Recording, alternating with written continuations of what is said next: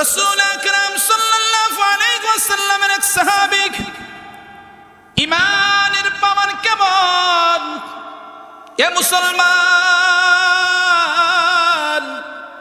সত্যিকার যারা ইমানদার তাদের ইমানের দাম কেমন রে বাবা। ইমানওয়ালারা যখন দুনিয়ার মধ্যে থাকে কখনো কখনো এমন হয়ে যায়, কয় ইমানওয়ালারা যখন মৃত্যুর শয্যায় হয়ে যায় ওই ব্যক্তিরা ইমানদারওয়ালারা জান্নাতের ঘ্রাণ পাইতে থাকে। এক সাহাবী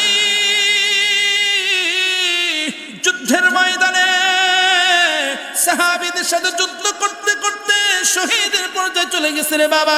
ক্লান্ত অবস্থায় রক্তের মধ্যে রক্ত দিয়ে মাখা, ধুলাবালির মধ্যে রক্তগুলা পড়ে আছে রে বাবা।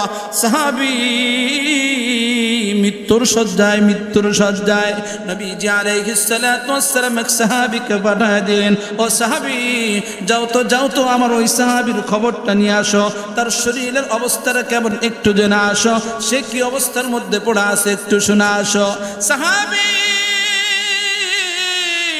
যুদ্ধের ময়দানে গিয়ে যখন যুদ্ধ করতেছে, যুদ্ধ করার জমিনের মধ্যে বাবা রক্তাক্ত অবস্থায় ভরা আছে।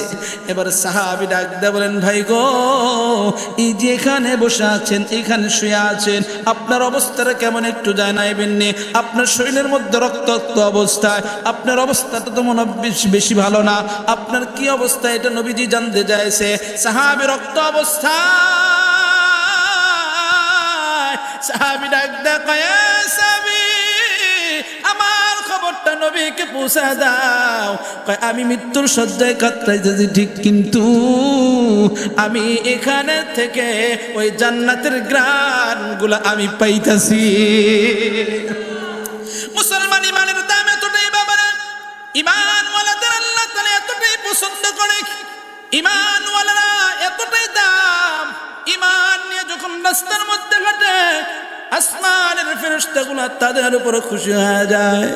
শুধু তাই না, ঈমানওয়ালারা যখন একবার করে আল্লাহু আকবার, একবার সুবহানাল্লাহ বলে, আল্লাহ তার এতটাই মায়া, এতটাই পছন্দ করেন, বান্দার প্রত্যেকটা কাজ আল্লাহ নেকি দিয়া ভরাট করিয়া দেয়। মুসলমান অবস্থায় অর্থাৎ ঈমান থাকা অবস্থায় আপনি যত কাজ করবেন, শরীয়তের যত ভালো কাজ করবেন, প্রত্যেকটা কাজের বিনিময়ে আল্লাহ আপনার নেকি দান করে দিবে। আর যদি কিঞ্চিত মানে ৬টা কথার মধ্যে যদি আপনার ৬টা কথায় যদি কিঞ্চিত পরিমাণ ঈমান থেকে আপনি দূরে সরে যান, যত ভালো কাজ করেন, ৫ ওয়াক্ত নামাজ আদায় করেন, যা করেন না কেন, আপনার কোনো এই ইবাদতে কোনো কাজে আসবে না। তাহলে আমাদের শিখতে হবে যে কোন কোন কাজ করলে ঈমান নষ্ট হয়, এটা শেখার দরকার আছে না ভাই? আর একটু জোরে কোন। এক নম্বর ইন্না শিরকা লাযুলমুন আযীম, শিরক আকবার।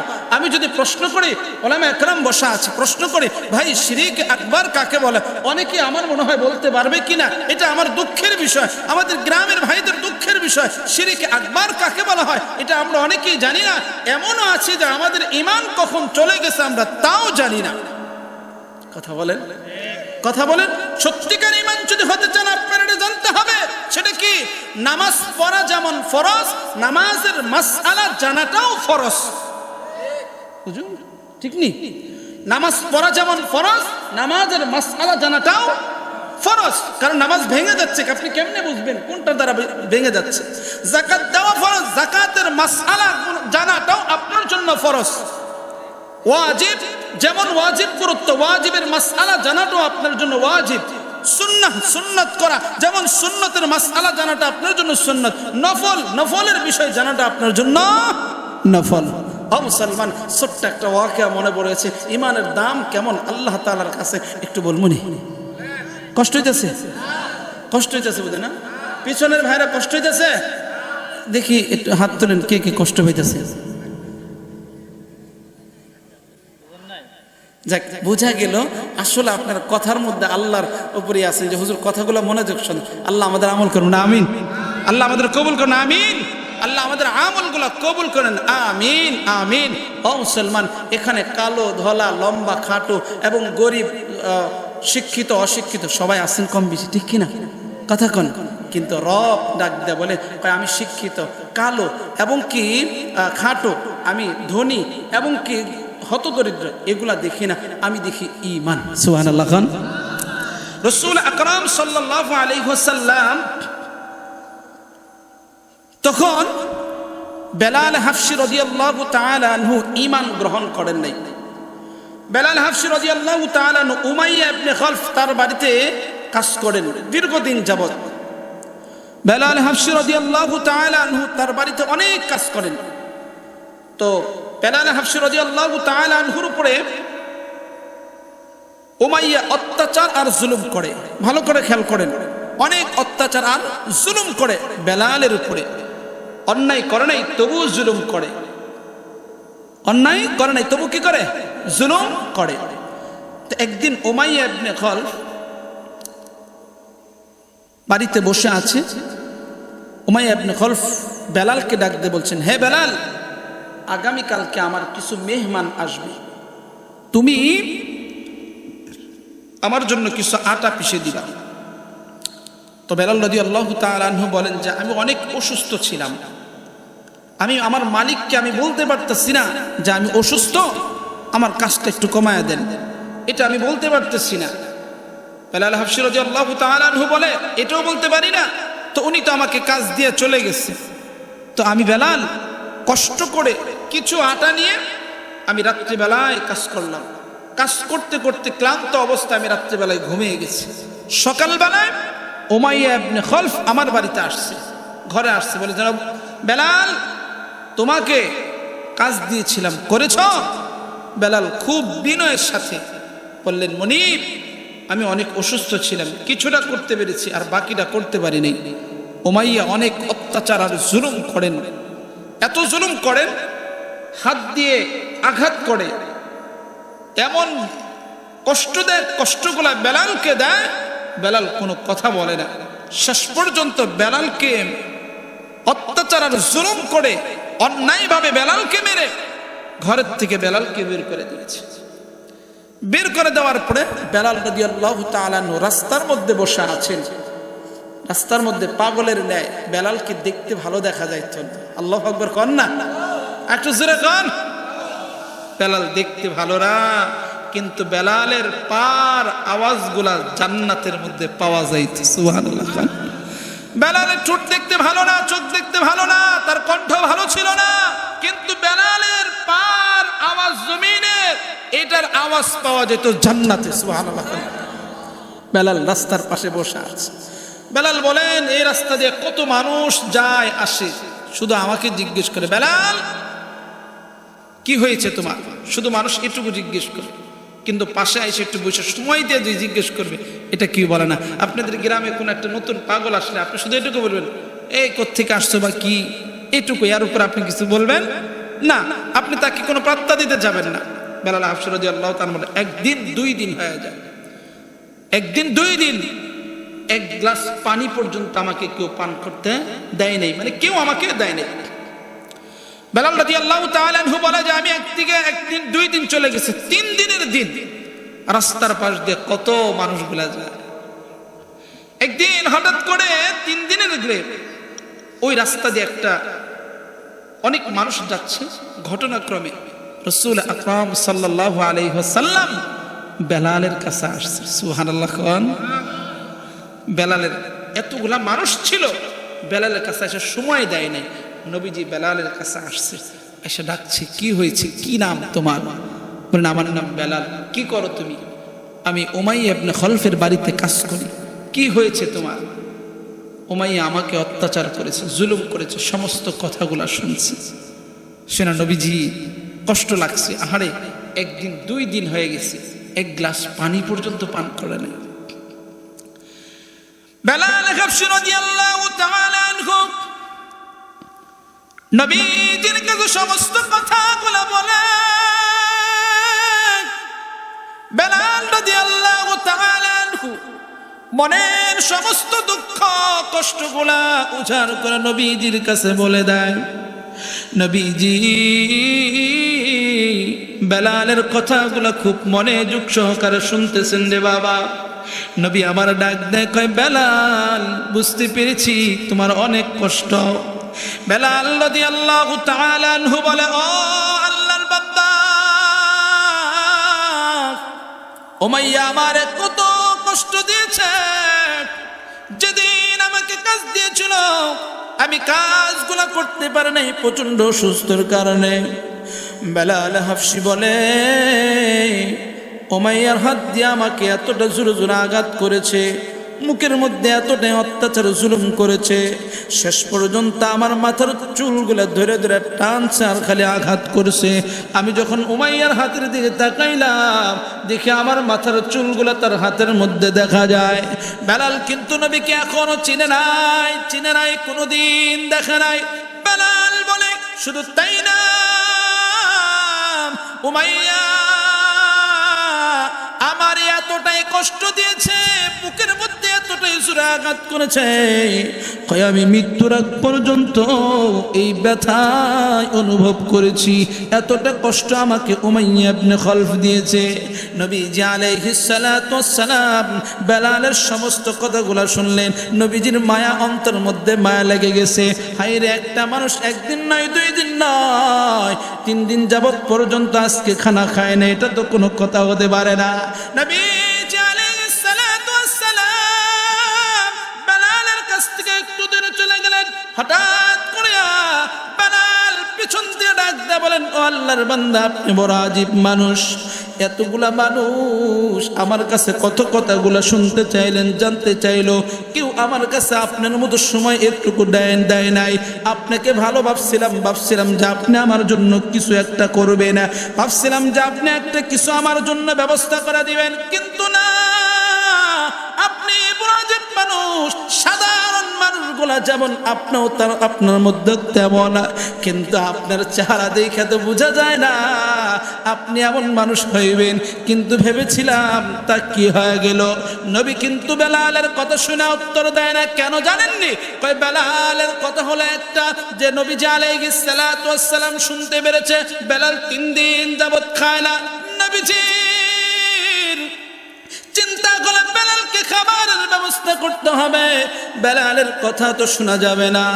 নবীজি বেলালের কথা কোনো শুনে না। নবীজি আলাইহিস সালাতু ওয়াস সালাম খাদিজার ঘরে, আয়েশার ঘরে চলে গেলেন।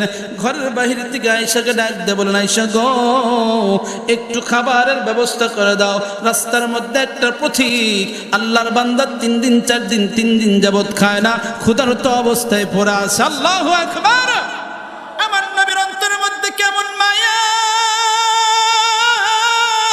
যে নবী রাস্তার একটা মানুষের মায়ায় বলতে পারে না।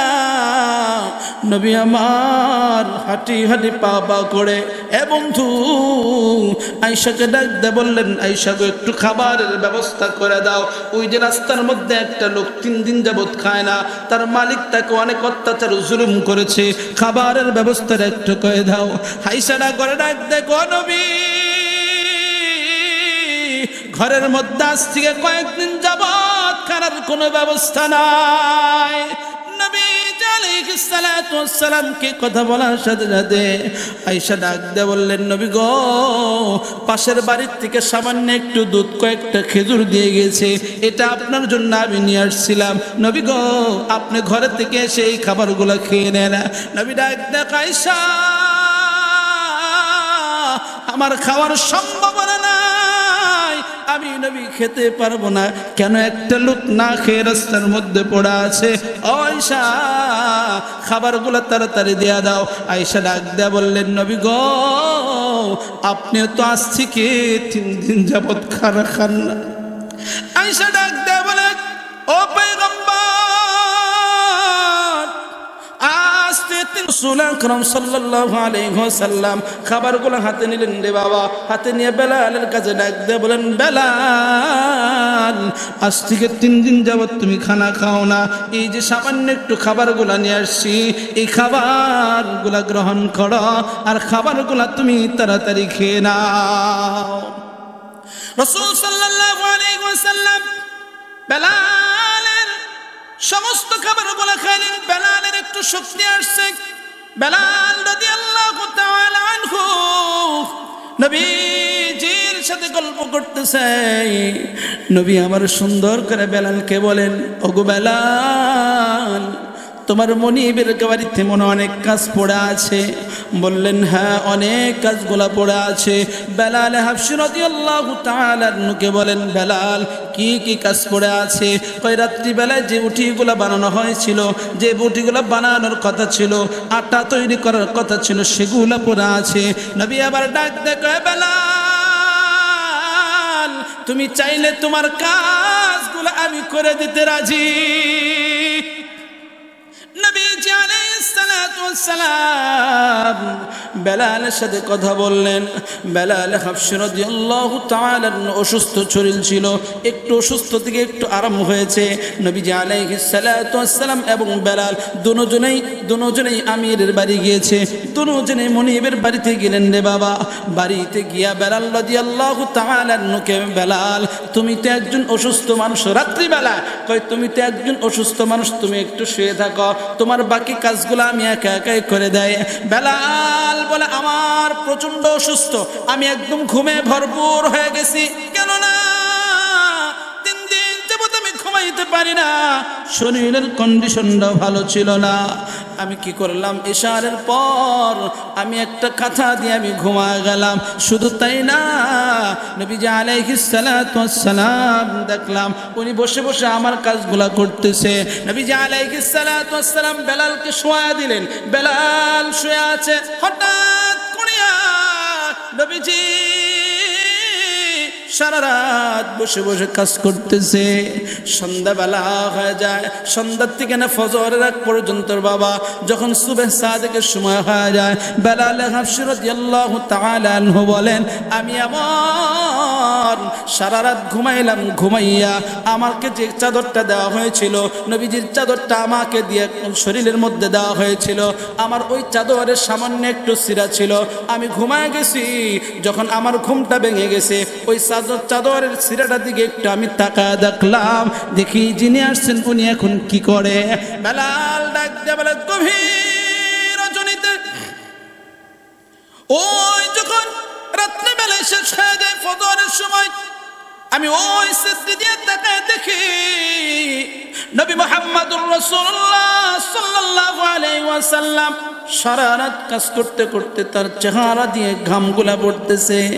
বেলাল চিনে না, বেলাল চিনে না।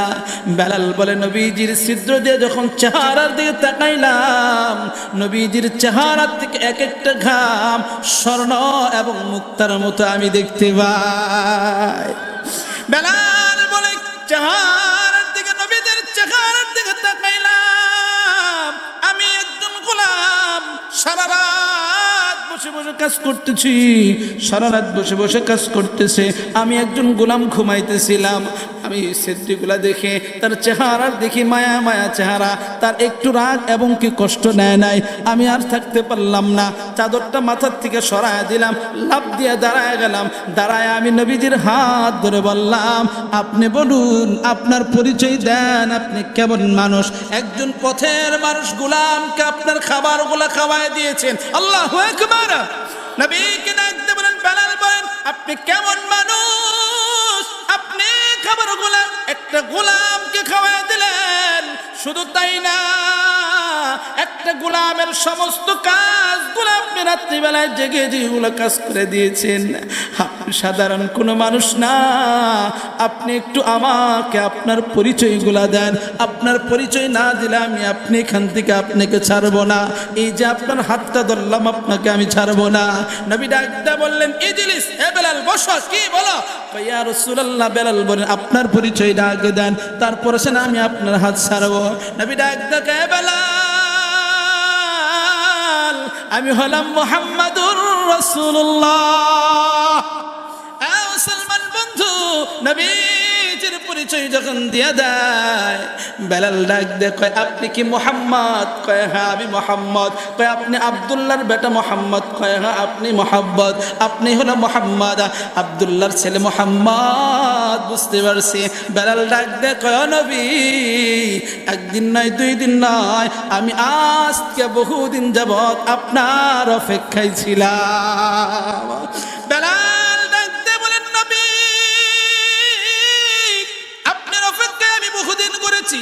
আপনাকে আমি খুঁজেছি।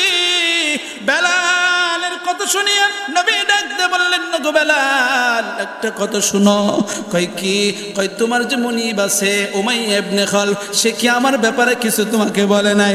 বললেন হ্যাঁ হ্যাঁ বলছে। কি কি বলছে একটু বলো। বেলাল বলেন, ওগো নবীজি,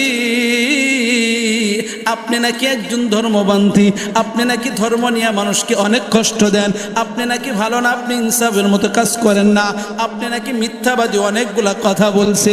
ওগো নবী, আপনাকে এই ধরনের কথাগুলো আমার উমাইয়া ইবনে খালফ বলেছে। আল্লাহর নবী ডাক দেয়, হে বেলাল, তোমার মুনিব উমাইয়া এই কথাগুলো বলেছে, তুমি এবার বলো আমার মধ্যে কি গুলা আছে কিনা। বেলাল ডাক দে বললেন, নবী গো, তবে আপনার মধ্যে আমি যা দেখেছি, আহারে এত সুন্দর আদর্শবান ব্যক্তি আর জীবনে আমি দেখি না। বেলাল ডাক দে কই, নবী গো,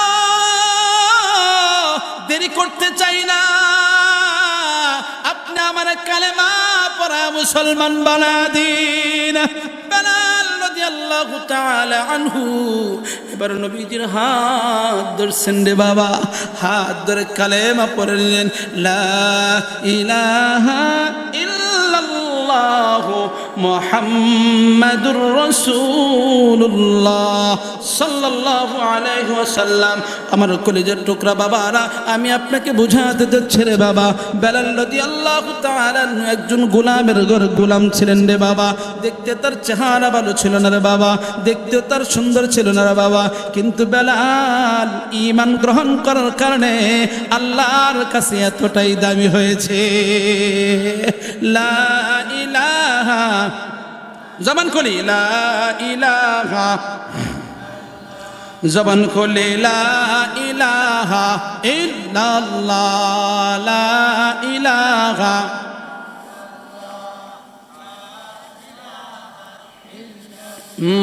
লা ইলাহা ইল্লাল্লাহ, লা ইলাহা লা ইলাহা ইল্লাল্লাহ, লা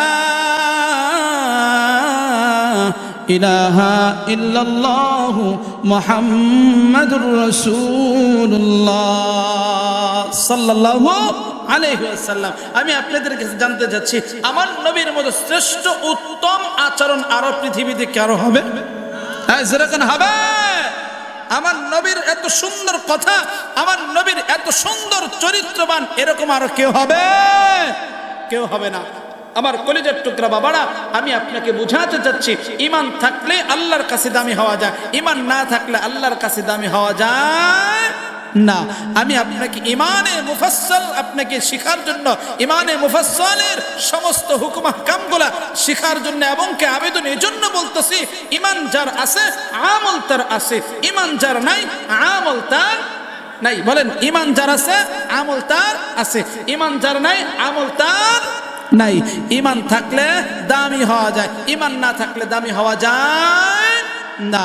আল্লাহ আপনাকে মনে করেন 1000 বছর হায়াত আপনাকে দিয়েছে, কিন্তু যদি ঈমান যদি না থাকে, ওই হায়াতের দাম আল্লাহ তাআলার কাছে নাই। আর যে 1 সেকেন্ড যদি আপনি বেঁচে থাকেন, ঈমান যদি আপনার অন্তরের মধ্যে থাকে, ওই 1 সেকেন্ড জীবনটাকে আল্লাহ তাআলার কাছে বড় দামি হয়ে যায়। সুবহানাল্লাহ খান। তাহলে আমি আপনাদেরকে জানতে চাচ্ছি, প্রথম নাম্বার ঈমান কার উপরে? আর একটু জোরে কান, আর একটু জোরে কান। দ্বিতীয় নাম্বার, আমানতু বিল্লাহি ওয়া মালাইকাতিহি, ফেরেশতাগণের প্রতি। কার প্রতি? বলেন, ফেরেশতা। ওয়া মালাইকাতিহি ওয়া কুতুবিহি, সমস্ত কিতাবের উপর। ভালো করে, সমস্ত কিতাবের উপর। কোরআনের ব্যাপারে একটু দুইটা কথা না বললে নয়, একটু বলবো। কষ্ট হইতেছে? কষ্ট হইতেছে? থাকবেন না ভাগবেন? কতক্ষণ? ইনশাআল্লাহ। আচ্ছা, আমি যতক্ষণ থাকবো ততক্ষণ থাকবেন তো? ইনশাআল্লাহ, ইনশাআল্লাহ, ইনশাআল্লাহ। আল্লাহ আমাদেরকে শেষ পর্যন্ত থাকার তৌফিক দান করুন, আমিন। মা বাবা, দাদা দাদি, নানা নানি, আত্মীয় স্বজন, ভাই বিরাত, বন্ধু বান্ধব অনেকে কবরে গেছে, তাদের জন্য আখিরি মোনাজাত করবো ইনশাআল্লাহ। কান আর একটু জোরে কান, ইনশাআল্লাহ। হ্যাঁ জি, কথা বলছিলাম। কোরআনের ব্যাপারে একটু কথা না বললে নয়, কারণ এই কোরআনের যদি একটা আয়াত কেউ যদি অবিশ্বাস করে তার ঈমান থাকবে? আর একটু জোরে কোন। বেঈমান যারা, তারা কোরআনকে বিশ্বাস করে না। ভালো করে দেখেন, আমাদের মুসলমানদের মধ্যে যারা বেঈমান তারা কোরআনকে বিশ্বাস, কাফের বলেন, কাফের বিশ্বাস করে না, মুশরিক বিশ্বাস করে না, কাফের বিশ্বাস করে না। কিন্তু আমাদের মুসলমানদের মধ্যে একদল আছে যারা এই কোরআনের কিছু কিছু আয়াতকে বিশ্বাস করে। কথা কন না কি লাগে? আমি প্রমাণ দেখাচ্ছি, তাহলে বুঝবেন জি হুজুর এখন আচ্ছা। আমাদের মুসলমানদের মধ্যে নামদারি মুসলমান, ইমানদার কিন্তু সত্যিকার ইমানদার না। আমি আপনাদের কাছে প্রশ্ন রাখতেছি, যে কোরআনকে বিশ্বাস না করে সে ইমানদার হতে পারে? জোরে গান হতে পারে? তাহলে আপনার ইমান যে কখন চলে গেছে সেটা তো আপনি জানেন না। কেন? ইমান ভঙ্গের কারণ না জানার কারণে। মসজিদের ইমাম খতিব সাহেব আছে, তাদের কাছে জেনে নিতে হবে যে হুজুর কোন কোন কাজ করলে ইমান চলে যায়, এই কাজগুলো একটু বলে দেন যাতে করে আমার ইমান নষ্ট না হয়। চাক্ষুষ এক প্রমাণ আপনাকে দিচ্ছি, কোরআনের কিছু কিছু আয়াতকে অবিশ্বাস করে, বিশ্বাস করতে চায় না। অনেক নেতা কর্মীরা তাদের বুদ্ধি আর মেধা দিয়ে বলে যে আমরা কোরআনকে বিশ্বাস করি, কিন্তু কোরআন আমরাও পড়তে পারি, এই আয়াত আমরা মানতে চাই না। বলেন তো, আল্লাহর কোরআনের আয়াতকে কেউ অস্বীকার করলে সে ইমানদার থাকবে? জোরে গান। সে যদি বলে আমি সারা রাত 24 ঘন্টা তাহাজ্জুদ পড়ি, সে প্রতিদিন 70 রাকাত তাহাজ্জুদ তৈরি হবে? কথা কন না কি লেখা হবে? হবে হবে হবে? কোনোভাবে হবে না। কেন কেন হবে না? তোমার ঈমান নাই। হবে কোত্থেকে? কথা কন কথা কন। চাক্ষুষ একটা প্রমাণ আপনাকে দেই, কোরআনের অনেক আয়াতকে অবিশ্বাস করে একদল মুসলমান নয়, নামদারি মুসলমান, তারা হলো মুনাফিক, কখনো মুসলমান হতে পারে না। সূরাতুল আহজাবের 40 নম্বর আয়াতে আল্লাহ রাব্বুল আলামিন আমাদেরকে বলেন, নবী মুহাম্মদুর রাসূলুল্লাহ সাল্লাল্লাহু আলাইহি ওয়াসাল্লাম হলো আমাদের রূহানি পিতা। বলেন কি? নবীজি আলাইহিস সালাতু ওয়াস সালাম আমাদের কি? রূহানি পিতা। আল্লাহ তাআলা এই আয়াতের মধ্যে বলেন যে আল্লাহ রাব্বুল আলামিন বলেন তোমাদের নবী অর্থাৎ মুহাম্মদুর রাসূলুল্লাহ সাল্লাল্লাহু আলাইহি ওয়াসাল্লাম শেষ নবী। এর মধ্যে কোনো সন্দেহ আছে? এজরে কোন সন্দেহ আছে? নবী হলেন শেষ নবী। আল্লাহ তাআলা বলেন নবী হলেন কি? শেষ নবী। নবীর পর আর কেউ কোনো নবী আসবে না। নবী আসবে উম্মত হয়ে, নবী হয়ে আসবে না। আসবেন ঈসা আলাইহিস সালাতু আসসালাম। অর্থাৎ নবীজি আলাইহিস সালাতু আসসালাম আল্লাহর ঘোষণা অনুযায়ী, কোরআনের আয়াতের অনুযায়ী এটাই দলিল, এটাই প্রমাণ যে নবীর পরে আর কোনো নবী নাই। তিরমিজির বর্ণনায় নবীজি আলাইহিস সালাতু আসসালাম বলেন যে আমি হলাম শেষ নবী, আমার পরে আর কোনো নবী যখন নবী নাই। এখন আমাদের সমাজের মধ্যে যে কোরআনের আয়াত বিশ্বাস করে না সে ইমানদার হতে পারে? কথা কন। হতে পারে না। তাহলে যে নবী যে শেষ নবী বললেন, আল্লাহ বলে দিলেন, নবীও বললেন আমি শেষ নবী। এখন কোন একটা দল, এমন একটা দল 5 ওয়াক্ত নামাজ পড়ে, দাড়ি রাখছে, পাঞ্জাবি পরে, টুপি পরে, কোরআন হাদিস পড়ে, আবার নামাজ পড়ে, হজও করে, যাকাত দেয়, এমন ব্যক্তি যদি বলে যে নবীর পরে নবী আছে, কথা কন কথা কন, এমন কেউ যদি বলে, তাহলে বলেন তো আল্লাহর কোরআনের কথার অনুযায়ী তার ঈমান? ঈমান ঈমান। এখন আপনাকে মনে করেন এই এলাকায় যে সুতি দিগুলিপাড়া, এখানে কেউ যদি আইসা বলে যে নবীর পরে একজন নবী আছে, এরকম যদি বলে বুঝতে হবে তার মধ্যে ঝামেলা। হ্যাঁ যেরকম। এটা কেন বলছি ভাই? এই জন্যে আমাদের আগের থেকেই হুঁশিয়ার। এটা ঈমান ধ্বংস করার একটা কারণ। এটা ঈমান, হুজুর ঠিক আছে না? ঈমান ধ্বংস করার একটা কারণ। আপনাকে যুক্তি দিয়ে আপনাকে বোঝাবে, আপনাকে যুক্তি দেওয়া বলে এই একটা দল, সেটা হলো কাদিয়ানি গ্রুপ। নাম শুনছেন নি? এই সচেতন থাকেন, শুনছেন নি? কাদিয়ানি কয় না যে নবীর পরে কি আছে? নাউজুবিল্লাহ কন। আরেকটু জোরে কন। আমার কাছে আপনার প্রশ্ন হলো, অনেক বুদ্ধিজীবী, অনেক মেধাবী, অনেক বুদ্ধিজীবী, তাদের প্রশ্ন হলো যে তারাও তো নামাজ পড়ে 5 ওয়াক্ত, তারাও তো হজ করে, তারাও তো যাকাত দেয়, তারাও তো আবার অনেক আমল করে, তাহলে তাদেরকে কাফের কেন বলে? এমন বলে কিনা? আমরা তো অনেক ওলামা একরাম, সাধারণ জনগণ, আপনারাও স্লোগান একটাই, সংসদে আইন চাই। কি আলোচনা বলেন বলেন বলেন, এই বলেন না কেন? এটা হলো ইমানের দাওয়াত, ইমানের দায়িত্ব, এটা হলো আপনার ইমানের দায়িত্ব। সংসদে আইন চাই কাদিয়ানির ফাঁসি। আর জোরে জোরে সংসদে আইন চাই, জোরে জোরে কোন সংসদে আইন চাই কাদিয়ানির ফাঁসি চাই। নামাজ পড়া, হজ করে, যাকাত দে, সব ঠিক। বলেন তো ঈমান না থাকলে এগুলোর কোনো গুরুত্ব আছে? বলেন গুরুত্ব আছে? তাহলে যারা কোরআন মানে না তারা ঈমানদার হতে পারে না। কোরআনের অনেক কথাগুলো অনেক নেতা কর্মীও মানতে চায় না, কয়টা মানি না। বুঝতে হবে যে মানে না, বুঝতে হবে তার মধ্যে ঈমান নাই। হঠাৎ করে মনে করেন গোপালপুরে একজন নেতা এসে আপনাদেরকে বলল, সেটা কি কোরআনের একটা অপব্যাখ্যা দিল। এখন আপনি কবেন যুক্তি দিয়ে, তখন আপনি কি করবেন? যা না হাসা কইছে না, কোন কি করবেন? হাসা না, না ঠিকই বলছেন, নেতা যা কইছে রে হাসা। কেউ যদি হাসা কেউ বলে বা সন্দেহ করে, তার ঈমান চলে যাবে। এটা হলো আমাদের ঈমান রক্ষা করার জন্য, এটা আমাদের জানা এবং শেখা। আপনার ঈমান রক্ষা করতে হবে, আপনার নিজের দায়িত্ব, অন্য কারো দায়িত্ব না। তবে আমি আপনাকে, ওলামা একরাম আপনাকে ঈমান রক্ষা করার জন্য বিষয়গুলো সঠিকভাবে জানাই দেব।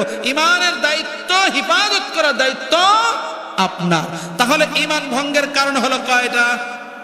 আর একটু জোরে কান, আর একটু জোরে কান। ঈমান ভঙ্গের কারণ হলো 10টা। 1 নাম্বার, ইন্না শিরকা লাযুলমুন আযীম। যারা শিরিক করবে, তাদের শিরিক আকবার করবে, তাদের ঈমান থাকবে। আর একটু জোরে কান, ঈমান থাকবে না। এখন আমি আপনাকে যদি প্রশ্ন করি শিরিক আকবার কাকে বলে, আমার মনে হয় কয়জন বলতে পারবে কিনা আমার সন্দেহ আছে। বলেন বাবা, এটা হলো, আপনি না মুসলমান, আপনারা ঈমানদার, তাহলে কেন বলতে পারবেন না যে শিরিক আকবার কাকে বলে?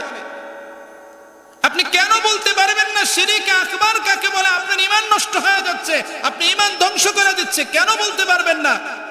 মুসলমান, ঈমান নষ্ট করে দিচ্ছি, ঈমান ধ্বংস হয়ে যাচ্ছে, এটা আমি আপনি খবর নাই। কিন্তু ঈমানের, আমি যদি লম্বা দাড়ি রাখি, 24টা ঘন্টায় তাহাজ্জুদ পড়ি, 24টা ঘন্টায় যদি আমি তাহাজ্জুদ পড়ি, না না, আপনার তাহাজ্জুদে কোনো কাজ হবে না। কেন কাজ হবে না? এজন্যই কাজ হবে না, এজন্যই কাজ হবে না যে আপনি, আপনার ঈমান নাই। ঈমান না থাকলে কোন আমলের কোন ধর্তব্য হবে না। ইন্না শিরকা লাযুলমুন আযীম।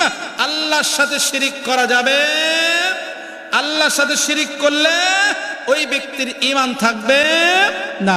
এই বিষয়গুলা আমরা মুহাক্কিক আলেমদের কাছে, মসজিদে ইমাম খতিবদের কাছে ভালো করে জেনে নেব। হুজুর, ঈমান ধ্বংস হওয়ার কারণগুলো একটু জানায় দেন, যাতে করে আমার ঈমান নষ্ট না হয়ে যায়। ও মুসলমান, মুসলমান ভালো করে মনে রাখবেন একটা কথা, জিন্দেগি ভর যদি ঈমান নিয়ে চলতে না পারেন, বেঈমান হয়ে যান, কিন্তু মৃত্যুর শয্যায় এই সুযোগ যদি থাকে ঈমান নিয়ে কবরে যান, আল্লাহ আপনারা মাফ করে দেয়, জান্নাতের মেহমান বানায় দিবে।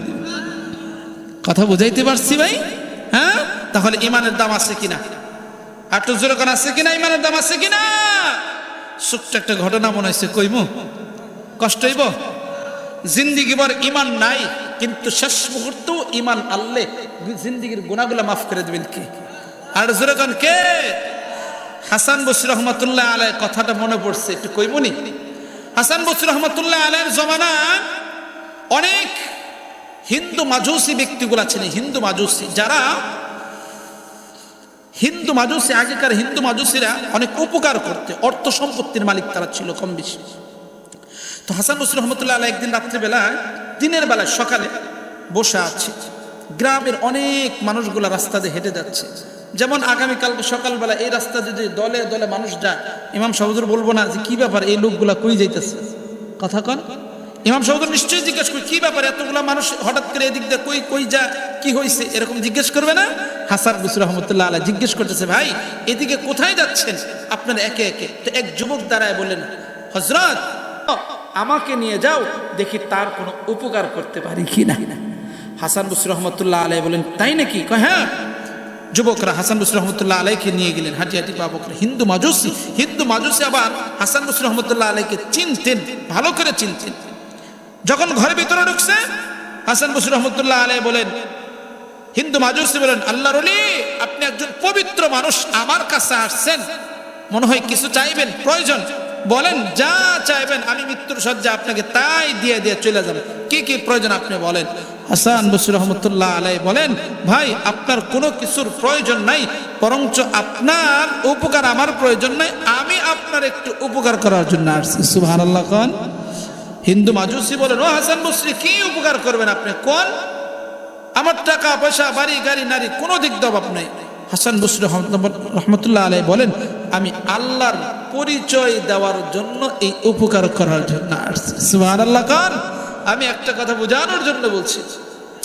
হিন্দু মাজুসি বলেন, তা আমি তো বৃদ্ধ মানুষ। হাসান বসরি, এক আল্লাহর কথা তো দাওয়াত দিচ্ছ, আমি তো হিন্দু মানুষ, মৃত্যুর শয্যা, ইবাদত করার মতো সুযোগ তো আমার নাই।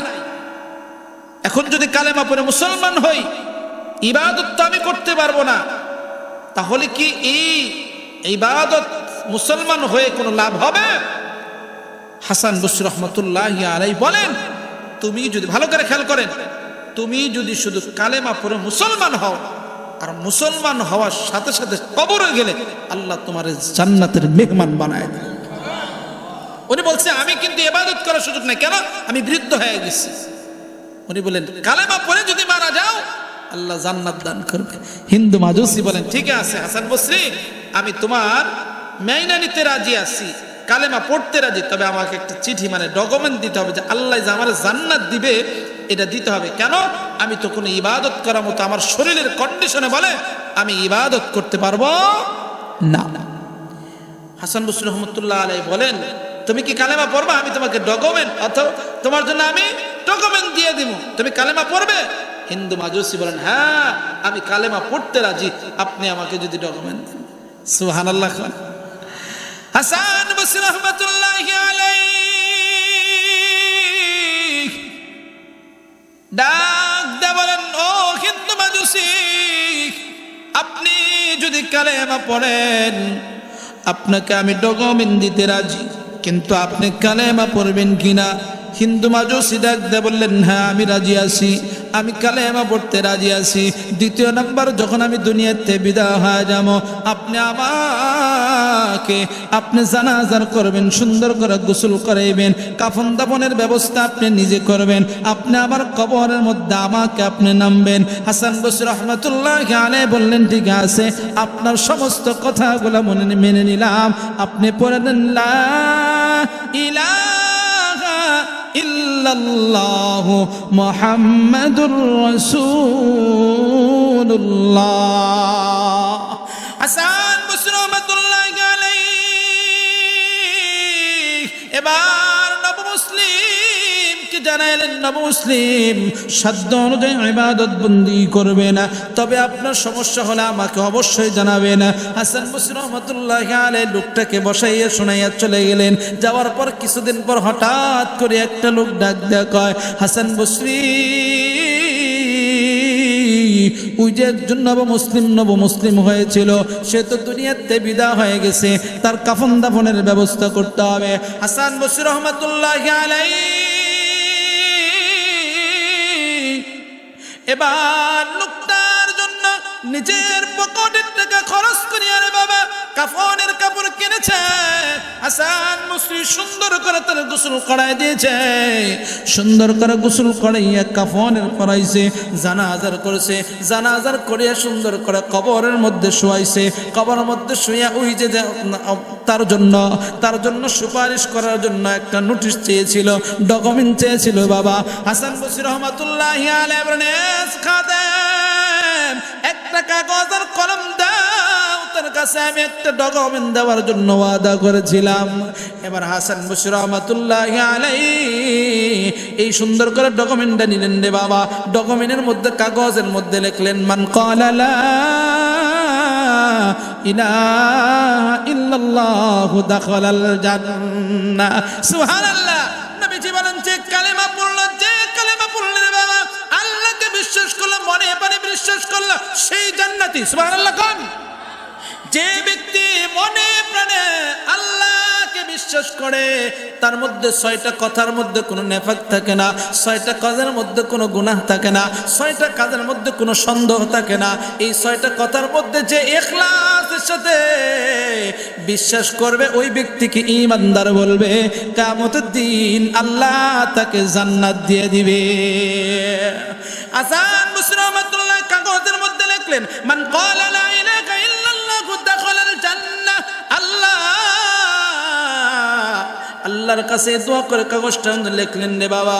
কাগজটা লিখে সুন্দর করে তার কাফনের ভিতরে রেখে দেয়। হাসান বসরি মাটি দিয়ে বাবা আস্তে আস্তে করে বাড়িতে চলে যায়।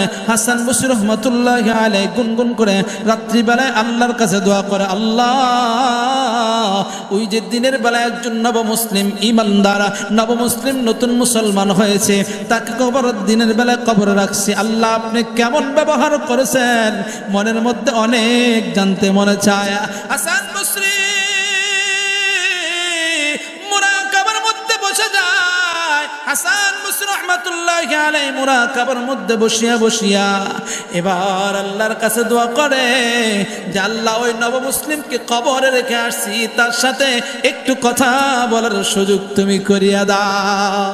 হাসান বসরি রাহমাতুল্লাহি আলাইহি নবমুসলিম কবরের মধ্যে রেখেছে।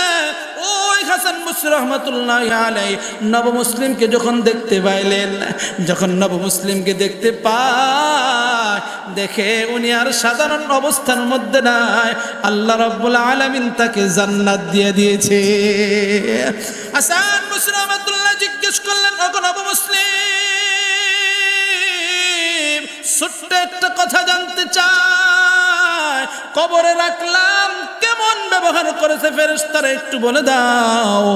হাসান বসরি রাহমাতুল্লাহি আলাইহি কথা শুনিয়া বললেন, ওগো হাসান বসরি, জিন্দেগি ভর অপরাধ করেছিলাম, হিন্দু মাজুসি ছিলাম গো, মানুষের উপকার করেছে, মানুষের খেদমত করেছে, টাকা ধার দিয়েছি গো, কোনো আল্লাহর বান্দাদেরকে কতভাবে আমি উপকার করেছি, কিন্তু কোন ব্যক্তি তোমার মতো উপকার করতে পারে না। হাসান বসরি, সমস্ত মানুষগুলো আমার কাছ থেকে উপকার নিয়েছে, কিন্তু তুমি আমাকে যে উপকার করেছো এমন উপকার কেউ করে নাই। বললেন, বলো কি হয়েছে বলো। এবার আল্লাহর বান্দা ডাক দিয়ে বললেন, ওগো আল্লাহর বান্দা শুনিয়ে নেন, শুনে না, আপনি যখন কবরের থেকে সরে গেলেন, মুনকার নাকি ফেরেশতারা আসছে, আমাকে রবের পরিচয় চাইলো, আমার দ্বীনের পরিচয় চাইলো, মুহাম্মাদুর রাসূলুল্লাহ সাল্লাল্লাহু আলাইহি ওয়াসাল্লামের পরিচয় চাইলো। আমি ডাক দিয়ে বললেন, আমি একজন নবমুসলিম, শুধু কালেমা পড়ছি, ইবাদত করার মতো সুযোগ আমার হয় নাই। শেষ বেলায় কালেমা পড়ছিলাম, আল্লাহর জন্য মহাব্বত করি, আল্লাহর উপরে ঈমান এনেছিলাম, ইবাদত বন্দি করার মতো সুযোগ আমি পাই নাই, যার জন্য কিছুই বলতে পারতেছি না। তবে হাসান বসরি একটা কাগজ আমার হাতে দিয়ে দিয়েছিল, এই দেখেন কাগজটা। হাসান বসরি রহমাতুল্লাহি আলাইহির কাগজের মধ্যে লেখা ছিল, মান ক্বালা লা ইলাহা ইল্লাল্লাহু দাখালাল জান্নাহ, যে কালেমা পড়বে আল্লাহ তার জান্নাত দিয়ে দিবে। এবার ডাক দিয়ে বললেন, হাসান বসরি, কালেমা যখন দেখাইলাম, কাগজটা দেখাইলাম, ফেরেশতাগুলো আল্লাহর কাছে দোয়া করলেন, আল্লাহর কাছে কথা বললেন, আল্লাহ রাব্বুল আলামিন ফেরেশতাকে জানা দিলেন, ওগো ফেরেশতা গো, আমার বান্দার প্রশ্ন আর লাগবে না, আমার বান্দা শেষ বেলায় তার ঈমান এনেছে, আমার বান্দা শেষ বেলায় বুঝতে পেরেছে আমি রবের উপরে ঈমান আনছে, আমার বান্দার প্রশ্নের জবাব দেওয়া লাগবে না, আমি আল্লাহ তার কবরটাকে জান্নাতের বিছানা বিছায়া দাও, আমি আল্লাহ তার জিন্দেগীর গুনাহগুলো আমি আল্লাহ তারে মাফ করে দিয়েছি। ফেরেশতাদের অনুমতি দেয়, ফেরেশতারা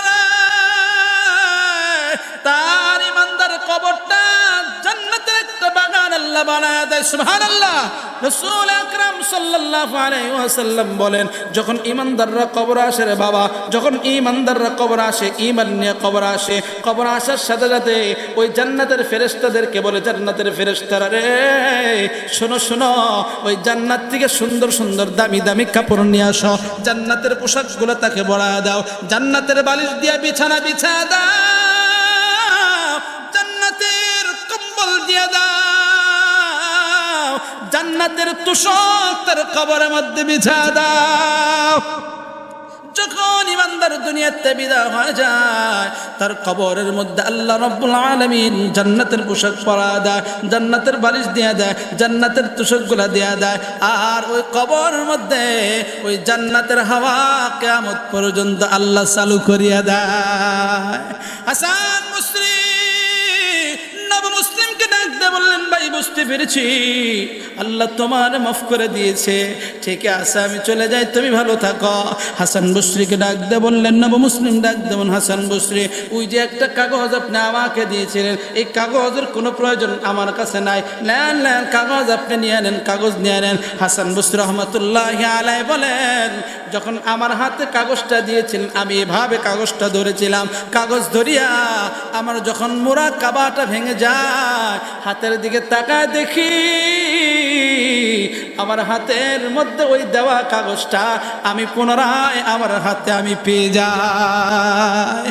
মুসলমান, আমি একটা কথা বোঝানোর জন্য বাবাকে এটা শুনাইলাম রে বাবা, জিন্দেগি বড় গুনাহ গুনাহ গুনাহ করেছে, মূর্তি পূজারী ছিল, কিন্তু শেষ বেলায় যখন আল্লাহর উপরে তাওয়াক্কুল করিয়া ঈমান নামের শব্দটা অন্তরে ঢুকাইছে, আল্লাহকে বিশ্বাস করেছে রে বাবা, এই ঈমান নিয়ে যখন কবরে যায় আল্লাহ তার জিন্দেগির গুনাহগুলো আল্লাহ তার মাফ করিয়া দেয়। লা ইলাহা ইল্লাল্লাহ। জবান খুলি বাবারা।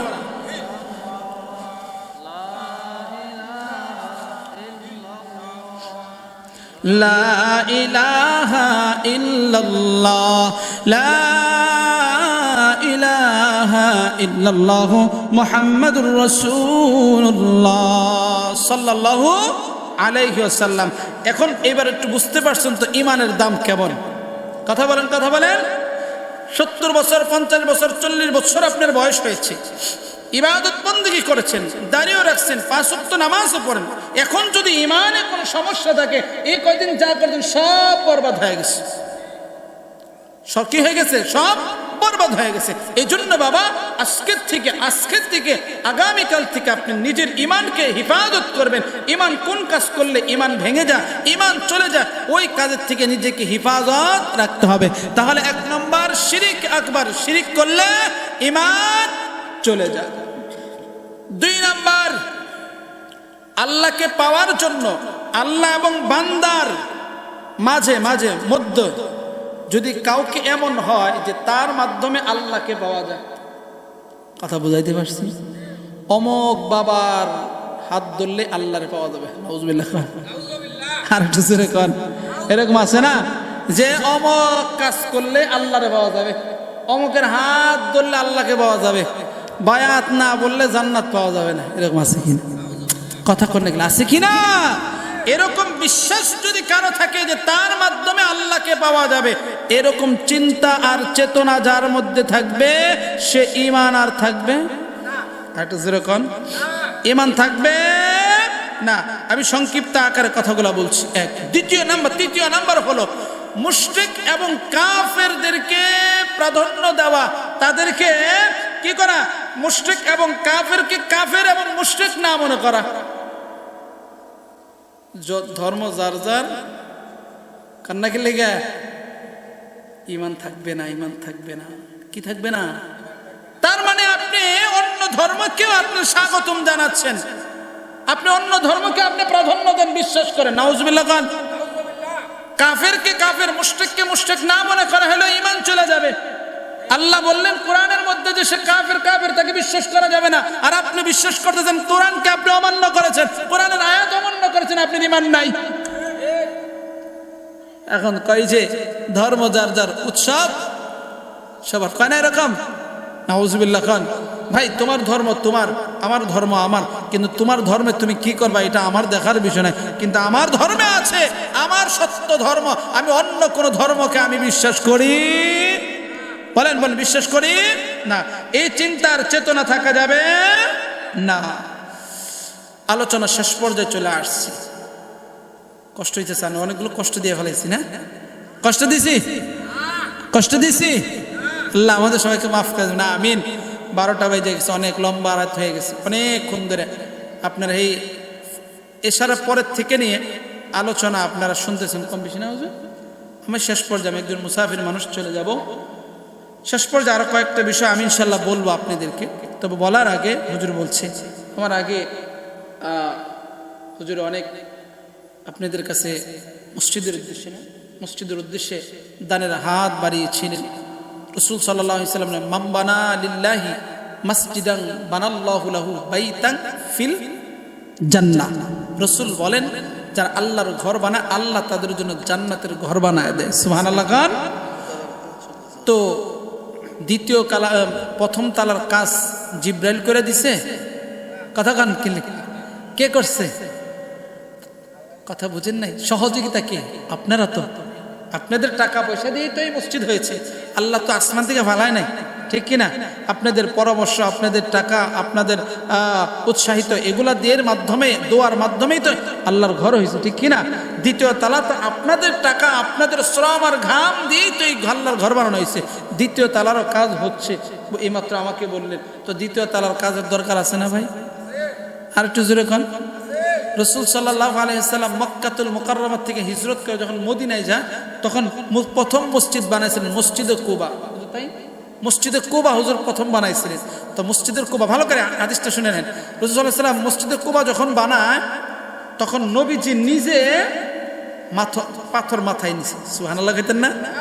নিজে পাথর মাথায় নিছে।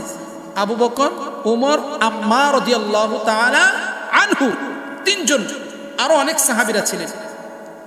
তো রাসূল সাল্লাল্লাহু আলাইহি ওয়াসাল্লাম মাথায় পাথর নিয়ে যেতেছে। আবু বকর সিদ্দিক রাদিয়াল্লাহু বলেন, ইয়া রাসূলুল্লাহ। ওমর রাদিয়াল্লাহু, ইয়া রাসূলুল্লাহ, হাবিবাল্লাহ, আমরা থাকতে আপনার কেন কাজ করা লাগবে? নবী গো, আপনার কাজ করা লাগবে না, আপনার এত সুন্দর চেহারা, আপনার চেহারার মধ্যে ধুলাবালি পড়তেছে। নবীজি আপনার কাজ করেন, আপনি বসেন, আপনার কাজের কোনো দরকার নাই, আমরা কাজ করি। নবী কি বলেছিলেন শুনেন নবী কি বলেছিলেন? নবী বলেন, হে আবু বকর, ওমর, আম্মার, শোনো, তোমরা কি চাও না আমি থাকবো না, তুমি থাকবা না? এই যে তুমি কষ্ট করে আল্লাহর ঘর বানায় গেলাম, আমার উম্মতেরা বহু দূর থেকে এসে নামাজ এখানে আদায় করবে, তারা নামাজ আদায় করবে, তাদের নামাজ আদায় করাতে তাদের ইবাদত বন্দি করবে, আল্লাহ তাআলা এদের আমল থেকে একটা অংশ আমল আমার আমল নামায়, তোমার আমল নামায় দান করে দিবে। নবী বলেন, তুমি কি এটা চাও না? তখন নবী আলাইহিস সালাতু ওয়াস সালাম নিজে নিয়েছে। নবী নিজে মাথায় পাথর নিয়ে আল্লাহর ঘর বানাইছে। এতটা গুরুত্বপূর্ণ। আপনি চলে যাবেন, আপনার ছেলে চলে যাবে, বাবা চলে গেছে, আপনিও যাবেন, সন্তান যাবে, নাতিপুতিরা যাবে, আল্লাহর ঘর থেকে যাবে। এই ঘরের মধ্যে যারা বসে বসে ইবাদত বন্দি করবে, আপনি কবরে থাকবেন, এর একটা অংশ নেকি আমল আপনার কবরে আল্লাহ দান করে দিবেন। সুবহানাল্লাহ। আম্মার রাদিয়াল্লাহু তাআলা আনহা ছিলেন। তো আবু বকর সিদ্দিক রাদিয়াল্লাহু আনহু, ওমর রাদিয়াল্লাহু তাআলা আনহু আম্মারকে বলেন, হে আম্মার, কয়টা পাথর নিতেছ? কয় একটা। কয় না, একটা পাথর নিলে হবে না। কয় কয়টা নেন লাগবে? দুইটা। পাথরগুলো অনেক ওজন ছিল। আম্মারের মাথায় দিয়ে দিছে। দেওয়ার সাথে সাথে নবীজি আলাইহিস সালাতু ওয়াস সালাম এর সাহাবী আম্মার বলেন যে পাথরটা নিতে আমার কষ্ট হয়। কয় না, কষ্ট হবে না, নিতে হবে যেমনি হোক। তুমি আম্মার, তুমি দামি একজন মানুষের দুইটা পাথর নিবা? না, এটা হতে পারে না। আম্মার রাদিয়াল্লাহু তাআলা আনহু বলে, আমি খুব কষ্ট করে দুইটা পাথর নিয়ে নবীজির কাছে গেছি। নবীজিকে বললাম, ইয়া রাসূলুল্লাহ, মানে বাঁকা হয়ে হাঁটতেছে। নবীজি বললেন, কি ব্যাপার আম্মার, কি হয়েছে? কয়, ইয়া রাসূলুল্লাহ, দেখেন আবু বকর, ওমর আমার মাথায় এতগুলো দুইটা পাথর মাথায় দিয়ে দিছে, আমার বড় কষ্ট হইতেছে, আমি আসতে পারি নাই, তারা আমার জোর করে দিয়ে দিছে। নবী বললেন, ও আম্মার, তুমি যে দুইটা পাথর নিছো, দুইটা সব বেশি পাইছো। সুবহানাল্লাহ নাকি লিগা আড়ে জোরে গান। আম্মারকে বলেন, তুমি যে পাথর নিয়ে এসছো দুইটা, তোমার সওয়াবও বেশি বেড়ে গেছে। আম্মার বললেন, ইয়া রাসূল, তাই? ঠিক আছে, আমি এখন থেকে দুইটা করে পাথর নিয়ে। আম্মার আবার দৌড়ায় গেছে, যাইরা আবার পাথর দুইটা নিতেছে। ওমর রাদিয়াল্লাহু তাআলা, কয়টা নিছো? কয় দুইটা। কয় আরেকটা নেন। কি কইছে? কয় আম্মার, কয়টা নিছো পাথর? কয় দুইটা। কয় আরেকটা তো নেন লাগবে, আরেকটা না নিলে তো চলবো না। আম্মার কয়, না, আমার কষ্ট বা আমি নিতে পারবো না। কয় না, আরেকটা তোমার নিতেই হবে। আবার তিনটা উঠাই দিছে। খুব কষ্ট হয়েছে, মাজা বাঁকা করে করে যায়রা হাঁটি পাবো। নবী গো, দেখেন আমার মাথায় আরো আরেকটা তুলে দিছে। নবী বললেন, আম্মার বলেন, ইয়া রাসূলুল্লাহ, তারা মনে আমাকে মেরে ফেলবে, এমন অবস্থা করে ফেলাইছে। নবী বললেন, ও আম্মার, তুমি তিনটা নিয়েছো না, সব আরো একটু বেশি পাওয়া গেছে। সুবহানাল্লাহ। আম্মার রাদিয়াল্লাহু তাআলা বলেন, ইয়া রাসূলুল্লাহ, আমি এখন থেকে ওয়াদা করতেছি, কষ্ট হলেও 3টা করে পাথর নিয়ে আল্লাহর ঘরের জন্য সুবহানাল্লাহ। মুসলমান সে আল্লাহ